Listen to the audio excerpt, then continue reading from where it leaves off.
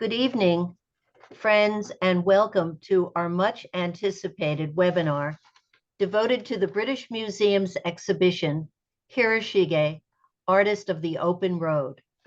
We will hear from exhibition curator Alfred Haft and collector par excellence, Al Medaugh, this evening.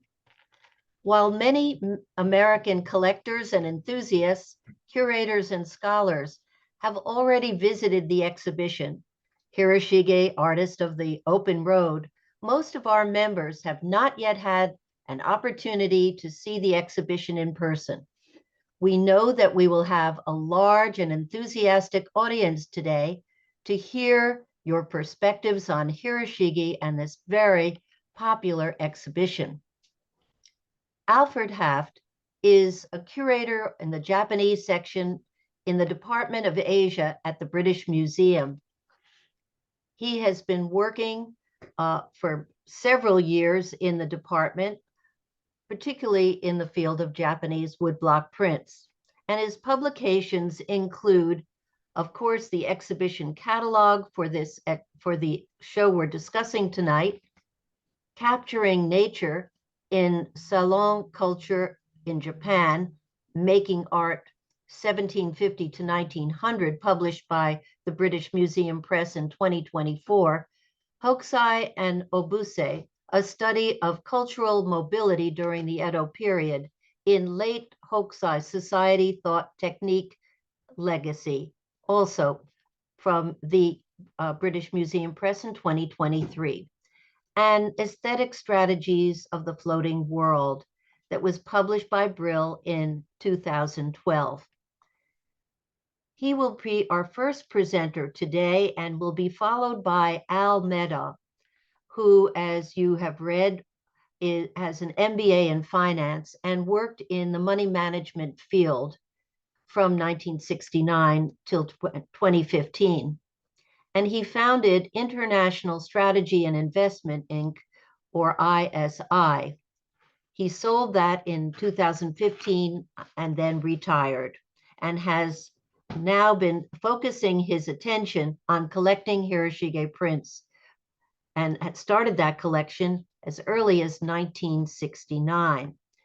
What's amazing is that Al has approximately 800 Hiroshige ones and many, many prints by Hiroshige II. His recent activity includes the loan of prints from his collection to the Van Gogh and Japan exhibition in Amsterdam in 2018. And he also has worked and also co-funded the publication Hiroshige, Nature and City, published in 2023. A phenomenal reference that everyone interested in prints will want for their library. Currently, he's participating in the British Museum's exhibition that we're discussing this evening.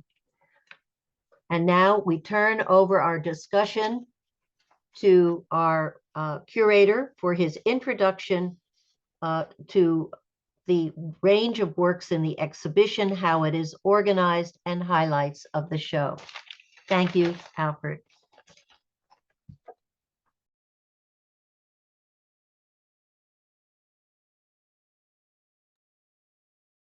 Welcome, everyone. It is a privilege to speak before you this evening. I would like to thank Amy Poster, Alison Tolman, and Helen Goldenberg for giving Hiroshige a place in JAS's busy calendar. The British Museum's exhibition, Hiroshige, Artist of the Open Road, celebrates the work of one of Japan's most prolific and popular artists.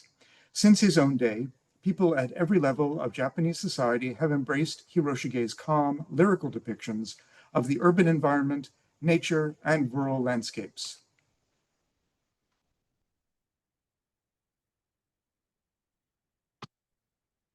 And I'd like to advance the slide.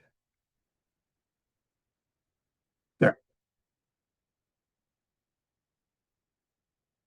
His work has an immediate appeal that captures the imagination of anyone drawn not only to Japan and Japanese culture, but also to thoughtful depictions of the rhythms of daily life. The work of modern and contemporary artists and scientists across Europe, the US, and Japan reveals Hiroshige to be a lasting source of inspiration. The occasion for the exhibition is a major gift to the American Friends of the British Museum of 35 prints by Hiroshige from the collection of Alan Medaugh. For more than 50 years, Mr. Medaugh has been collecting only Hiroshige's work and that of his successors, and concentrated on the finest available examples. His gift comprises triptychs, nature prints, fan prints, landscapes, and examples of Hiroshige's early work. Mr. Medaugh has also generously loaned to the exhibition another 82 prints, the great majority of which are being publicly displayed for the first time. Among them are prints thought to be unique surviving examples, and others considered the finest in the world, most notably for the quality of their color. For further supporting the exhibition, I would like to thank Zeman Palos and Jack Ryan, as well as the Toshiba International Foundation, the Great Britain Sasakawa Foundation, and William Barrett.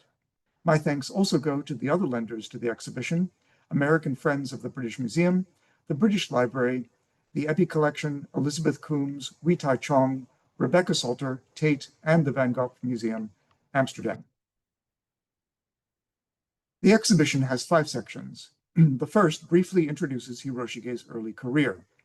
The second follows a round-trip journey along the 2 main highways of Hiroshige's time, out via the coast from Edo, present-day Tokyo, to Kyoto, and back to Edo through the mountains.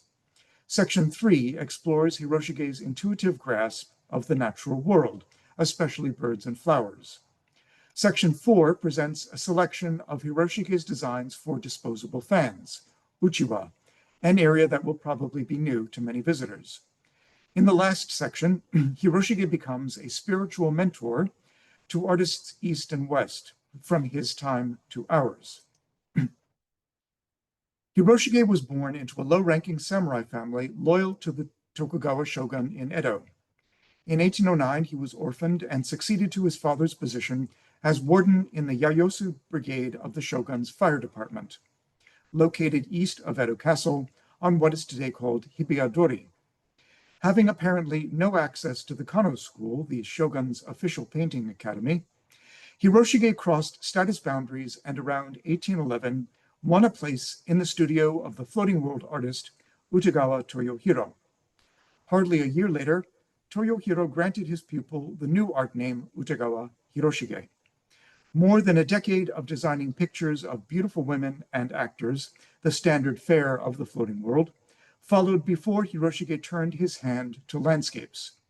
For example, on the left, inspired by the kabuki play The Battles of Kokshinga, the half-Japanese, half-Chinese warrior Wato Nai storms into the castle of General Hanwei, demanding military support. And on the right, a yujo, or sex worker in Yoshiwara, Edo's only officially licensed sex worker district, sees off a customer. Sometime around 1830, Hiroshige discovered that he had a talent for depicting landscapes, and the subject dominated his art for the rest of his career. He was known especially for views of famous places and city life, in many cases influenced by the closely observed genre scenes and well-constructed landscape pictures of the Maruyama Shijo school. Here, under a chilly gray sky, a wealthy merchant family explores the city of Edo, which heavy snowfall has transformed into a white garden. Filling the middle distance is the Sumida River, which ran north-south through the city. Hiroshige's interest in people from all walks of life led him to include 2 boatmen and a man poling a raft of logs. Beyond them, you'll notice the glowing yellow horizon. In no other surviving example of the design is this color so well preserved. This detail shows a young woman walking ahead of the group and testing the snow's depth with her umbrella as she reaches back to assist her mother.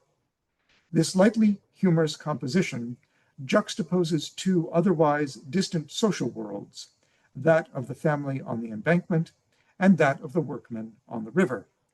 Resonant details like this occur throughout Hiroshige's work. This is one of Hiroshige's first mature landscapes, showing a ferry crossing below Mount Fuji. It seems to me one of his most serene views, with subtle gradation, or bokashi, used to create a sense of continuity across the water, mountain, and sky. In the preface to the first album version of the 53 Stations of the Tokaido, The poet Yomono Takumi wrote, "These pictures make me feel as though I have traveled to the places myself and seen them in person, with never a moment's fatigue." And in the preface to his last illustrated book, 100 Views of Fuji, Hiroshige explains that his drawings present views that I had before my very eyes and took down exactly as I saw them, and that while they are abridged in many places, they show entirely true-to-life landscapes in order to give others a few moments of pleasure without the inconvenience of a long journey. Essentially, Hiroshige uses selective realism to stimulate the viewer's imagination and in that way to take the viewer places. Hiroshige designed more than 20 different series on the stations of the Tokaido, the highway running along the Pacific coast between Edo and Kyoto. The output amounts to roughly 700 prints, or 15% of his 5,000 or so designs. This one is from the series that secured Hiroshige's reputation as a landscape artist. The 53 stations of the Tokaido of 1833 to 35, also known as the Hoedo Tokaido series, after the main publisher. It demonstrates Hiroshige's narrative skills and his handling of scenery. As the morning sun lights the sky, the procession of a high-ranking samurai lord heads south across Nihonbashi, or the Bridge of Japan. Nihonbashi was the first station on the Tokaido and the point from which all distances in Japan were measured. Fishmongers set up a daily market nearby, and Hiroshige shows them clearing out of the way for the procession, an amusing genre detail.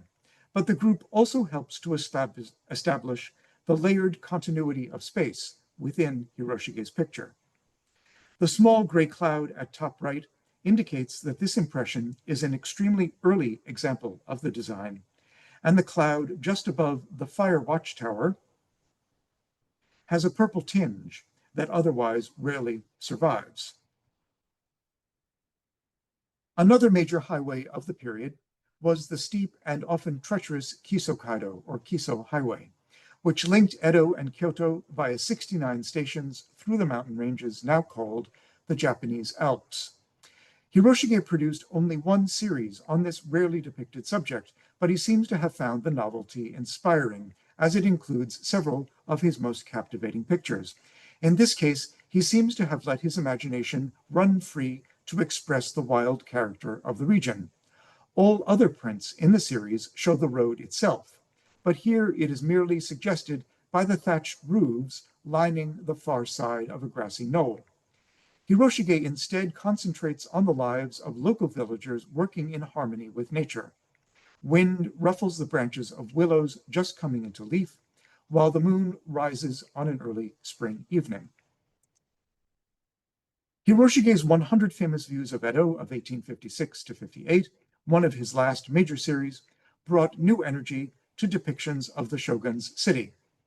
At the end of 1855, Edo was devastated by the Ansei Edo earthquake, and this series began appearing just a few months later, possibly as Hiroshige's and the publisher's way of encouraging their fellow citizens to look ahead to a time when the city would have fully recovered.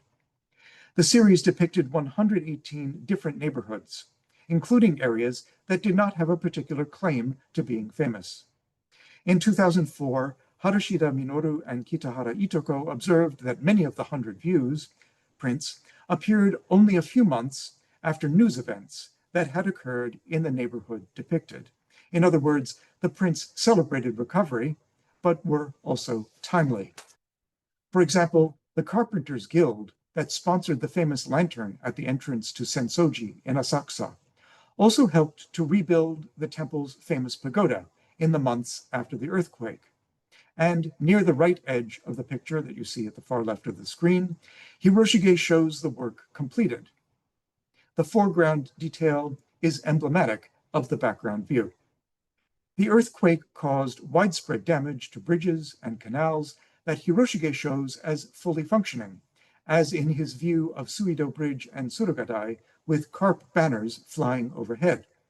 And the same applies to his view of fireworks over Ryogoku Bridge, with a single rocket tracing a lazy arc in absolutely no hurry, the modest trajectory setting off the velvety texture of the night sky as the printer achieved it in this example.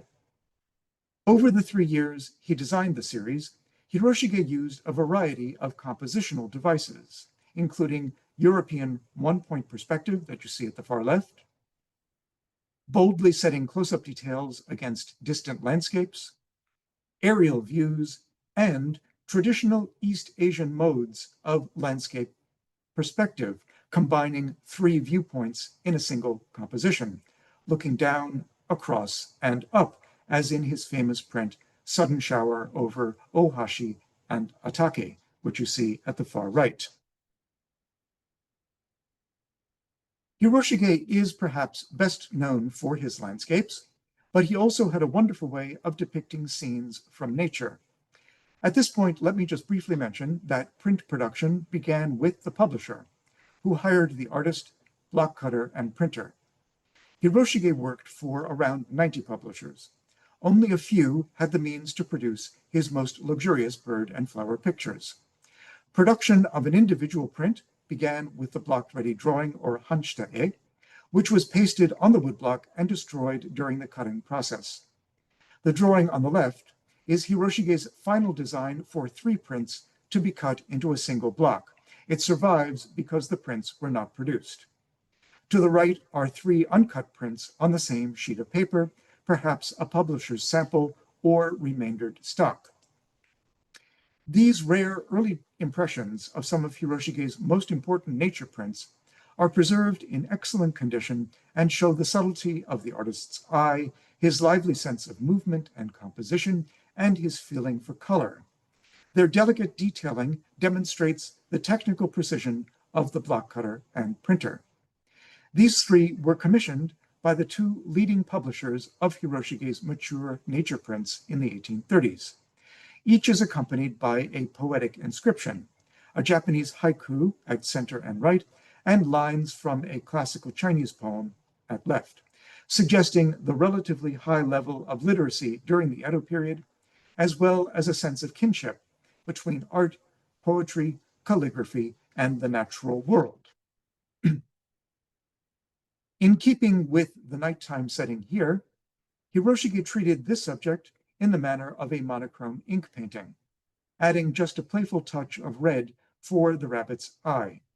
This bright spot finds an echo in the censor's mark and publisher's seal, which follow Hiroshige's signature in the manner of an artist's personal seals. The rabbit is, of course, one of the 12 East Asian calendrical animals, and it commonly turns up in East Asian art paired with the full moon. But rabbits themselves seem to be an unusual subject in Japanese painting, although they do occur in the art of the Rinpa school. The pairing with horsetail seems to be unknown outside Japan. It is sometimes attributed to the major Kyoto innovator Maruyama Okyo, who worked from the 1760s to 90s.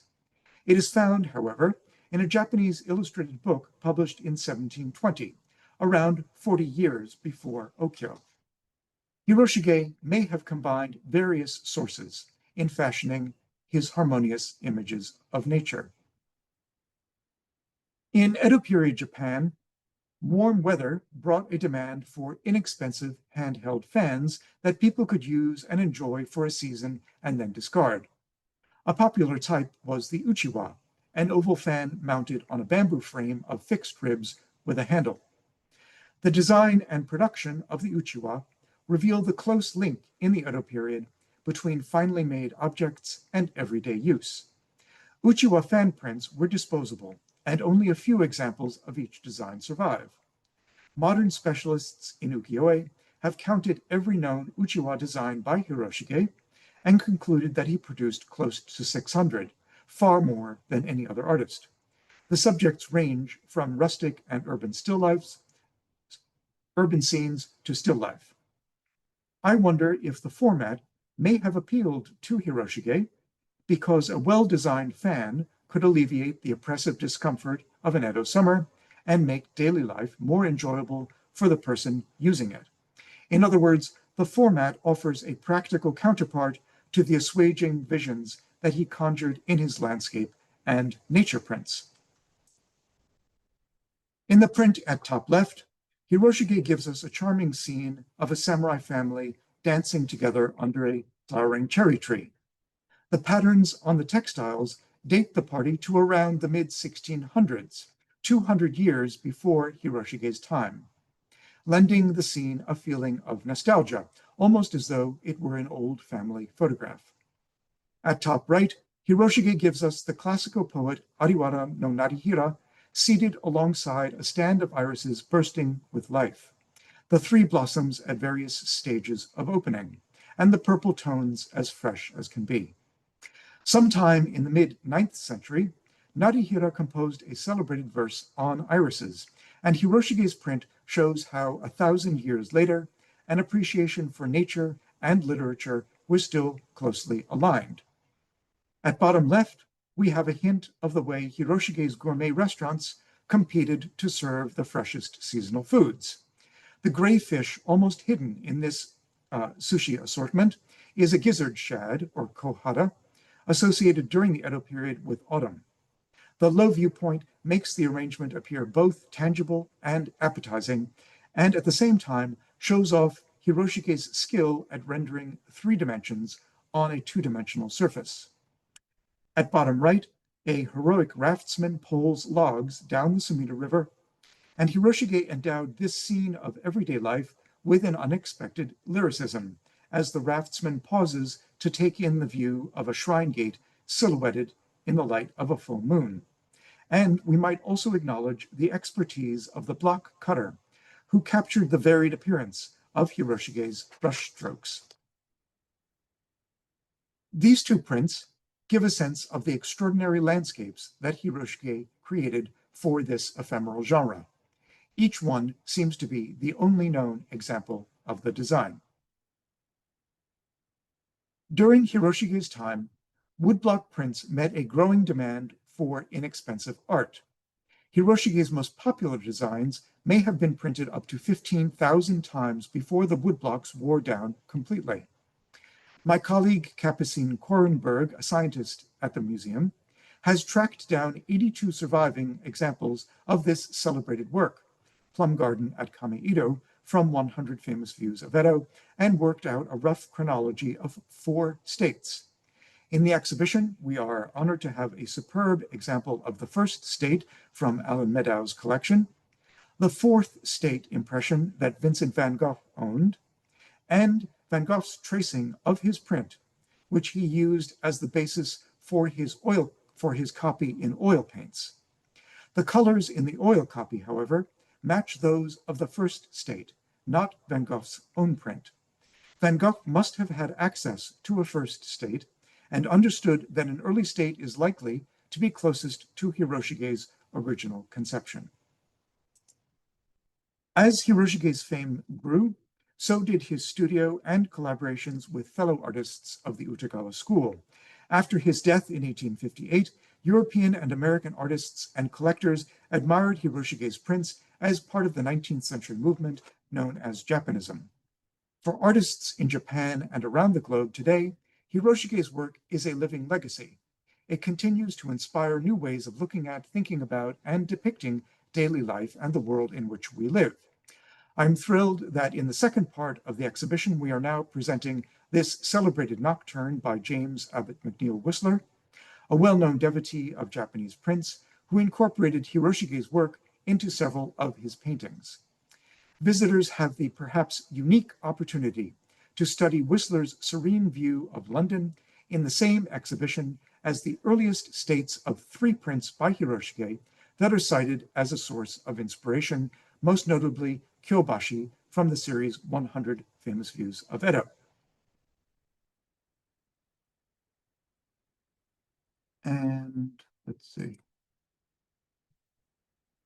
And finally, during trips to Japan in 2009 and 2013, Emily Allchurch took hundreds of photographs that she digitally combined to create her own interpretation of prints from Hiroshige's 100 Famous Views of Edo. This one is her response to Suido Bridge and Surugadai, recognizable by the carpet banners hung for Children's Day, now the 5th of May. Allchurch combines motifs familiar from traditional Japanese culture, such as the banners and people walking with umbrellas, with obviously modern details, such as a cement retaining wall, a common feature of today's Japanese landscape. Weaving together similarities and differences with the past, Allchurch engages in a thoughtful dialogue with her great predecessor to consider long-term continuity and change in Japan's culture, society, and environment. And now to conclude, Hiroshige rose from humble beginnings to become a great landscape artist and observer of nature and people. He brought a lyrical imagination to everything he painted and drew. He possessed a lively sense of color, as well as a remarkable facility with the brush, a sympathetic regard for people from all walks of life, and a sensitivity to the rhythms of the natural world. In an unsettled period, his calm and balanced approach connected with people from across contemporary Japanese society. He depicted the world not necessarily as it was, but as it might be. Hiroshige speaks most clearly as an artist through high-quality early impressions of his work seen in person, and he remains the focus of ongoing creative and scientific discussion as artists and scientists in Europe, the US, and Japan continue to explore, adapt, and draw inspiration from his art. And now I will hand over to Mr. Medaugh.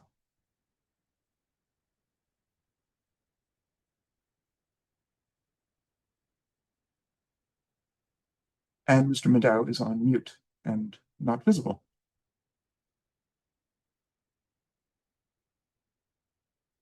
Is anybody there? Let's just give it a minute, Alfred. I see.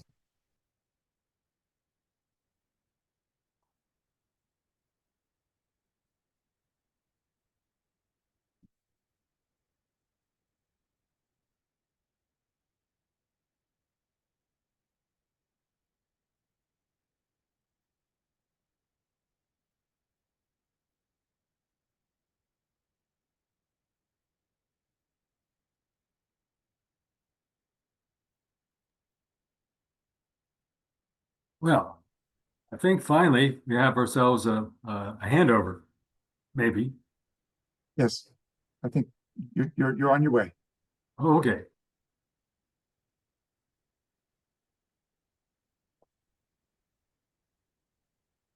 So if you would like to start your discussion. Yes, I have a page up that blocks everything else. Helen, can you help us? Fortunately, the page is up on your screen, Al. It's not up on. Okay, there we are. Okay, all right. Well, now the first thing I'd like to say is that Hiroshige is color. And at the opening of the exhibit that's now up, the ambassador from Japan to the UK observed that Hiroshige was so good with color that one of the more recent additions to the palette was Prussian blue. And he used so much Prussian blue in his pictures so effectively that it became known as Hiroshige blue. So you get an idea that this guy was color.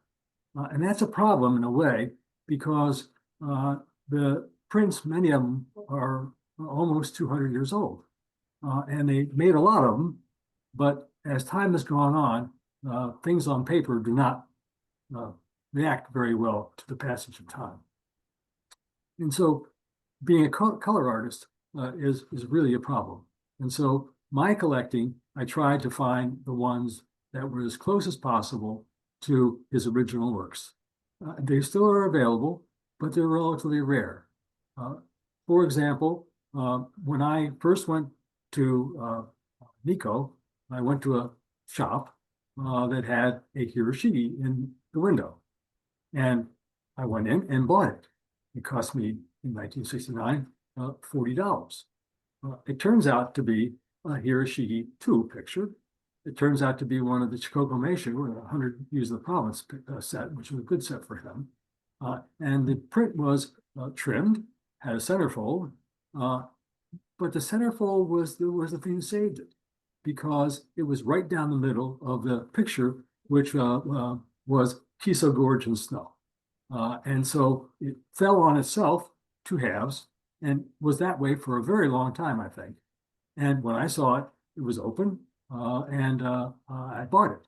But that was 1969. The next Hiroshige I saw that was as good as that in terms of pictures quality and color was 20 years later.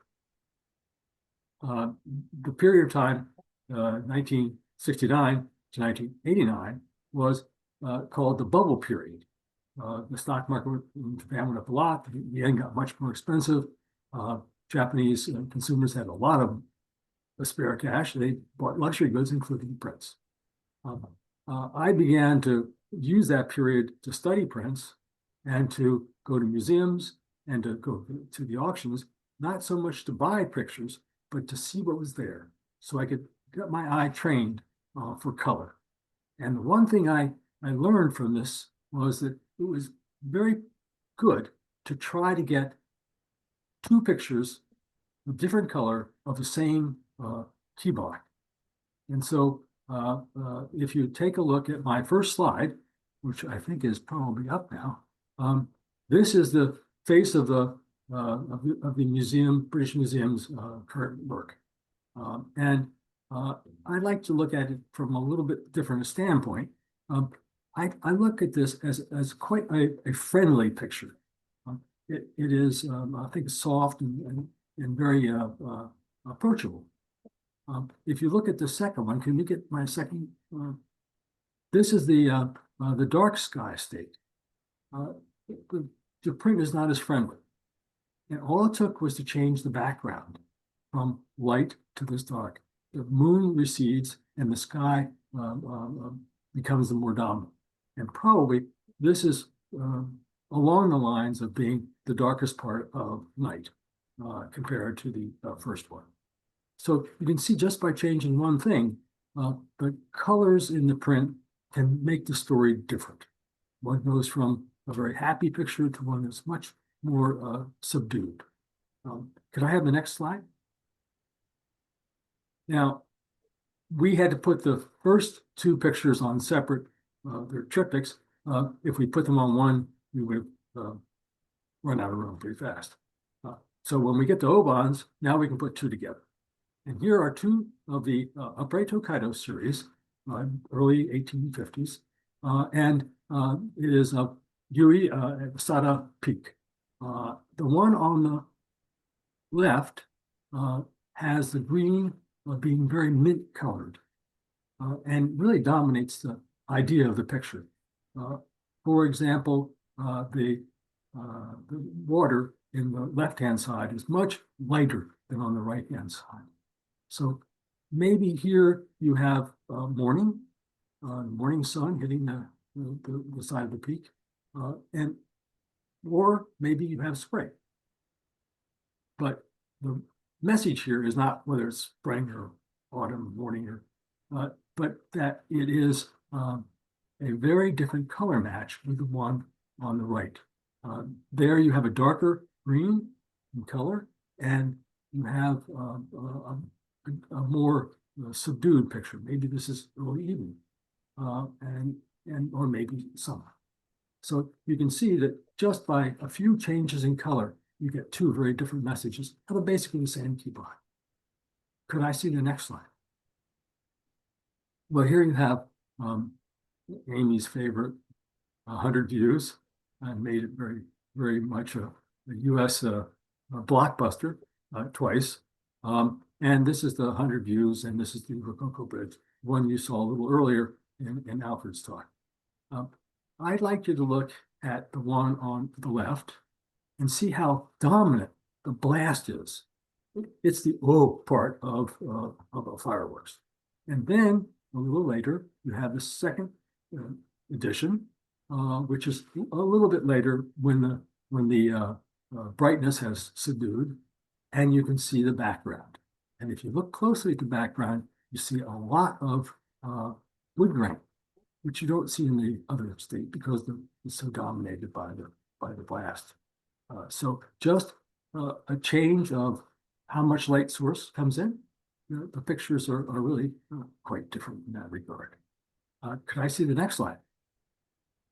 Well, if you can pick two O-bonds on a picture, you might even be able to get three on a picture. So this is three of the same key block, basically, with three different seasons. The one on the furthest on the left is winter, with a lot of snow on the little pine trees. The next one probably is spring, with the spring color taking the place of the snowy cliff.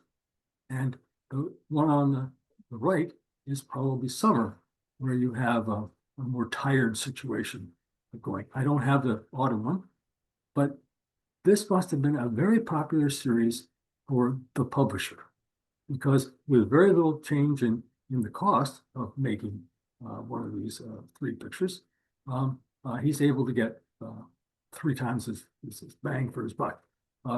The main thing I would think of in this is that this must have been quite popular, because if you'll notice closely, it's most visible on the one on the left, is the pheasant has a red patch on his neck. There's an addition that still has the same publisher's seal that is without that. And then you have later no seal, and the blocks are basically starting to fall apart, and the tail and the top of the head start to have breaks in them. So this must have been one of the great things for a publisher, to have an artist who is this flexible and with slight changes can produce different seasons. Can I have my next slide? Well, this is a pair that was a very famous pair of color. For example, the one on the left combines a peacock, very elaborate peacock, with a peony, a white one and a red one. And the color that comes through in the peonies themselves actually outshines the peacock. And it, to me, took a huge amount of effort on the part of the person who did the print itself to have it come out that clear that the flowers are the dominant over a peacock. The one on the right is probably about the earliest one I have of this genre, and it's has a Chinese flavor to it, and also at the same time the carnation, the prints have a flower with a white yellow center that's embossed. So here you have a way of trying to get more depth in the picture.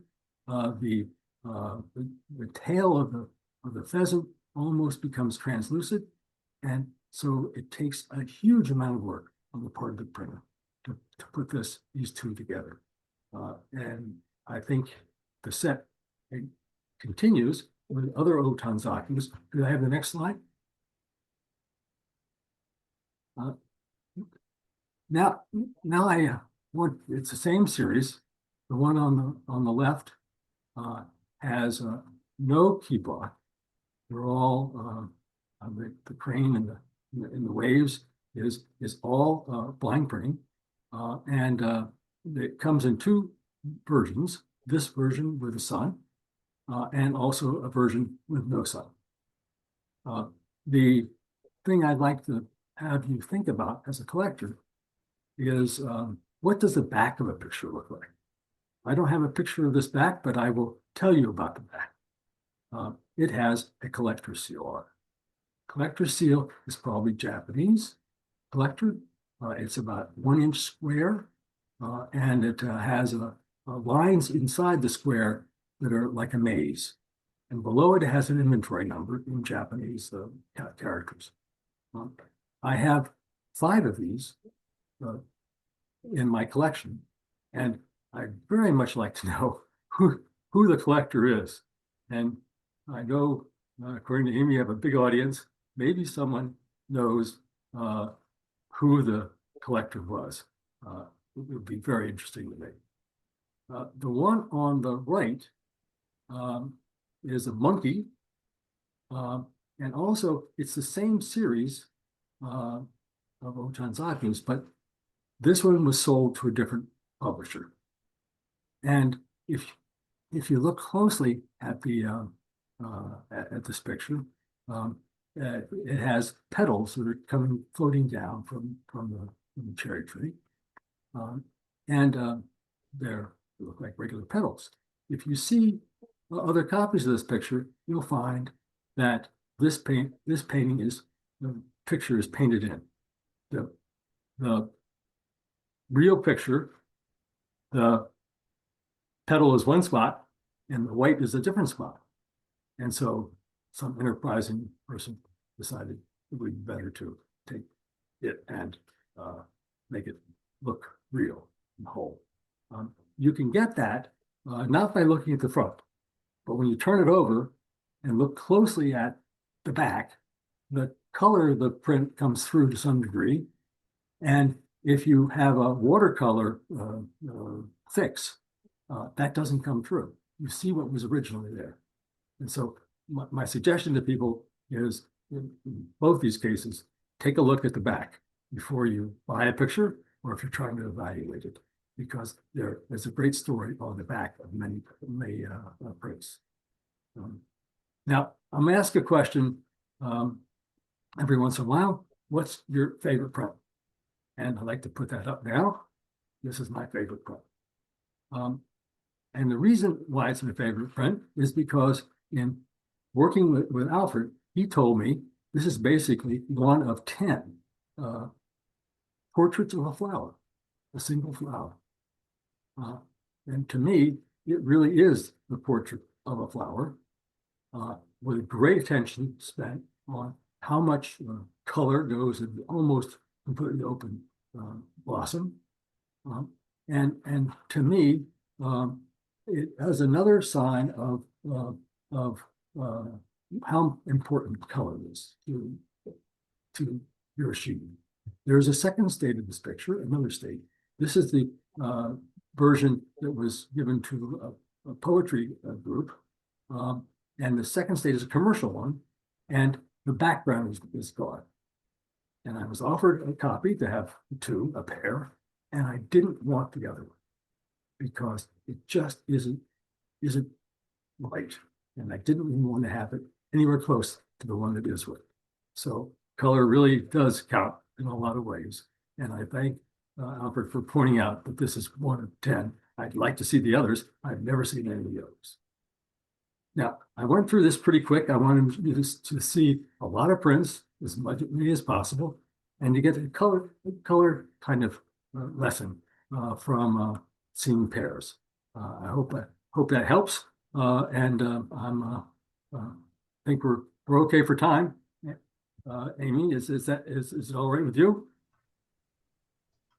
Well, I am very, very happy to join you both and thrilled of this afternoon's conversation.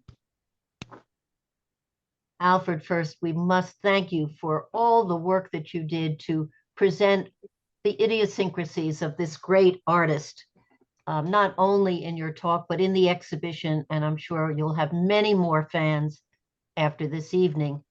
It was one of the best talks we've had on the artist, and we appreciate so much how you've taken the time to introduce us deeply into all of the facets of Hiroshige's approaches in his work and the scholarship that comes to you and your colleagues, and how generously you've shared that with us.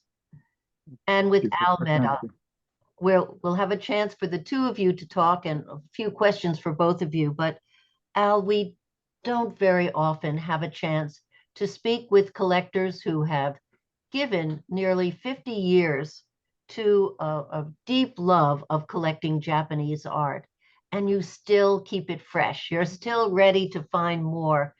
And I must say, I don't know of many museums in the world that have approached the subject as you have. And I think we're very, very lucky that we're getting to meet you tonight and hearing about your deep interest.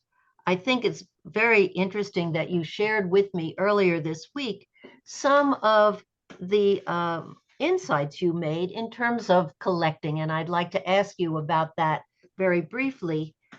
You talked about the numbers of prints you purchased in the beginning and ensuing decades.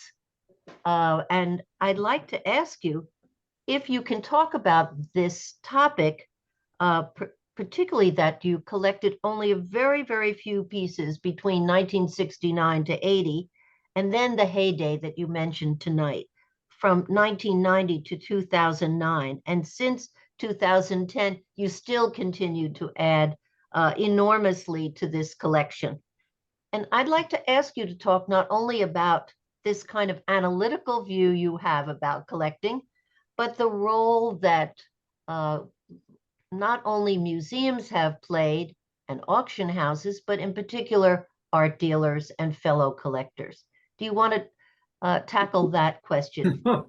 Well, that's a great question. I love to talk about this. The main thing that my early scholarship, that a collector does kind of scholarship, is that the color in Hiroshige is what makes the game possible. And it is a rarity, actually, to see a print that is in exceedingly good condition and also has good color. And when that happens, I had the opportunity, and I would buy these and pay higher prices and happily do that, because I thought, actually, these are really rare in the availability of a lot of Hiroshigens. Many are past due. And I think that was one thing. And I had a great teamwork among dealers to help me. And I made many personal friendships during this period.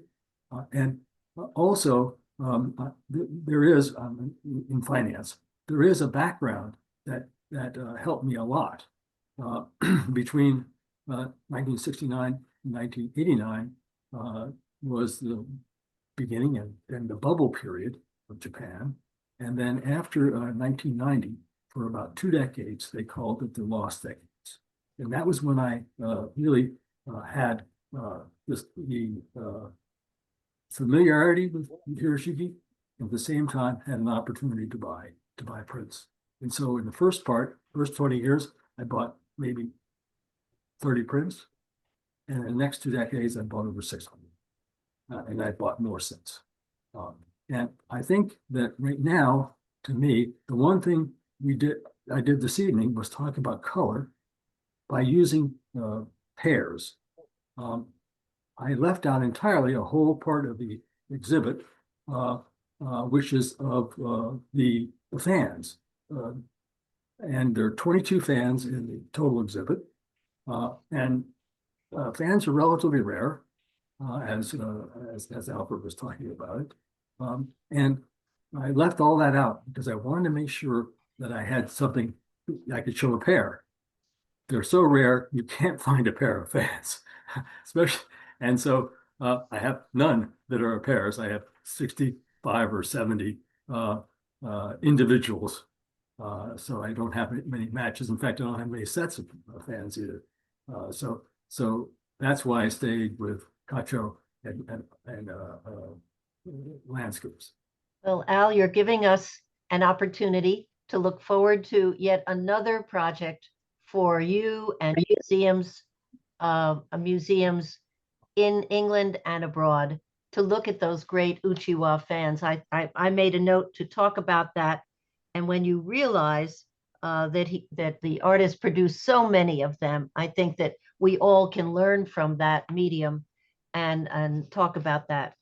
You know, in our audience have been several questions that have been raised, and very interestingly, for the most part, these questions are very pragmatic.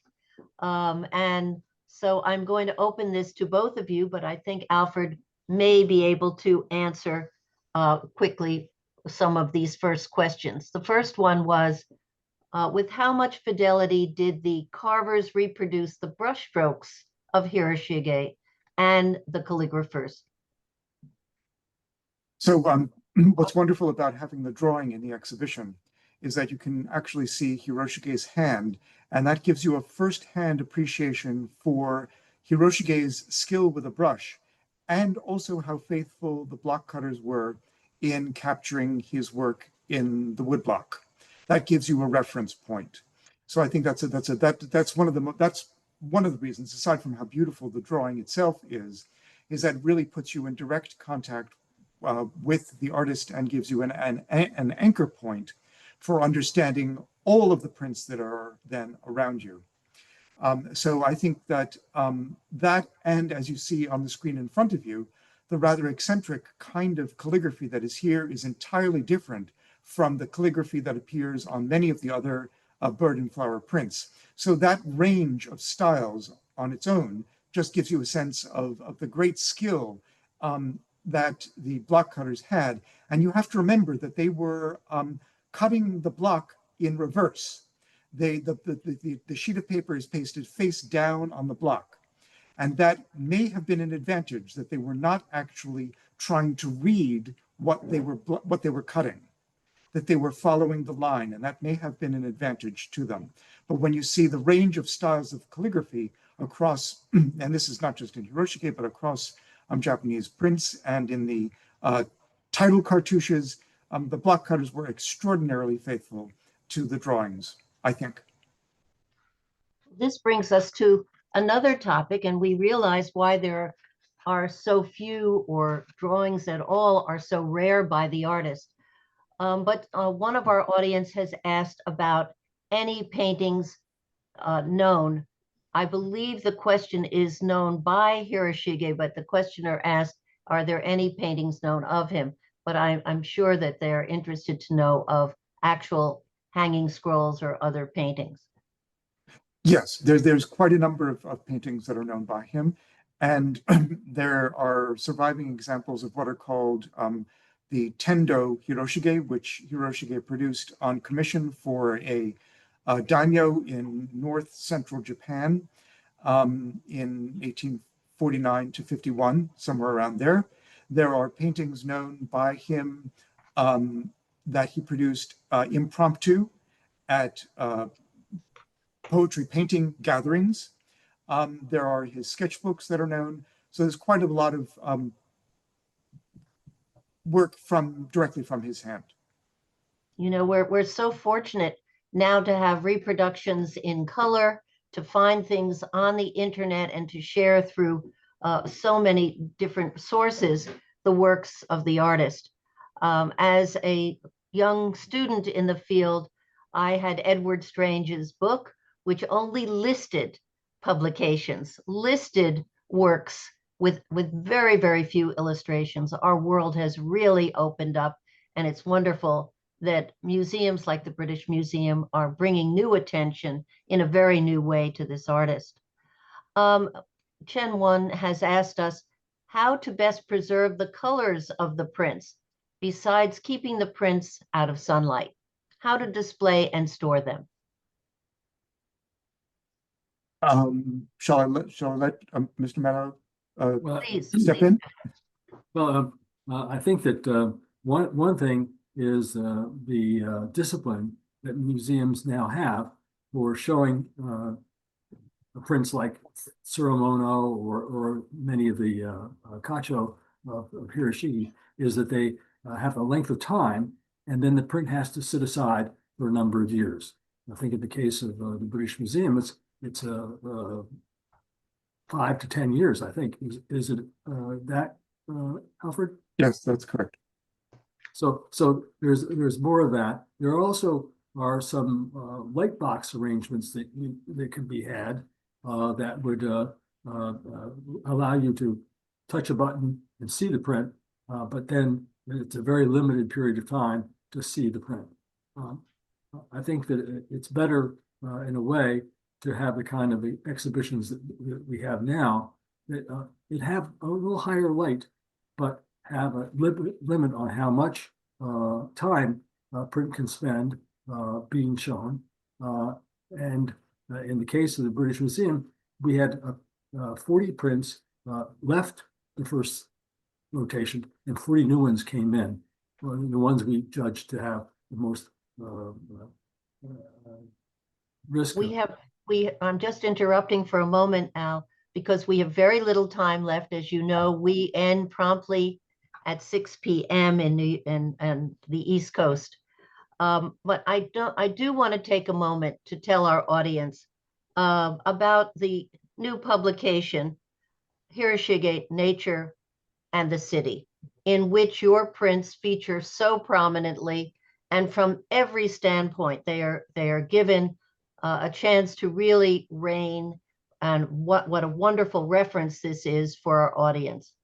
I want to ask all of you who haven't seen the book to go out and find it, especially to read Al's own essay on collecting Hiroshige, giving so much attention to the different facets of his collection and how important that is for all of us.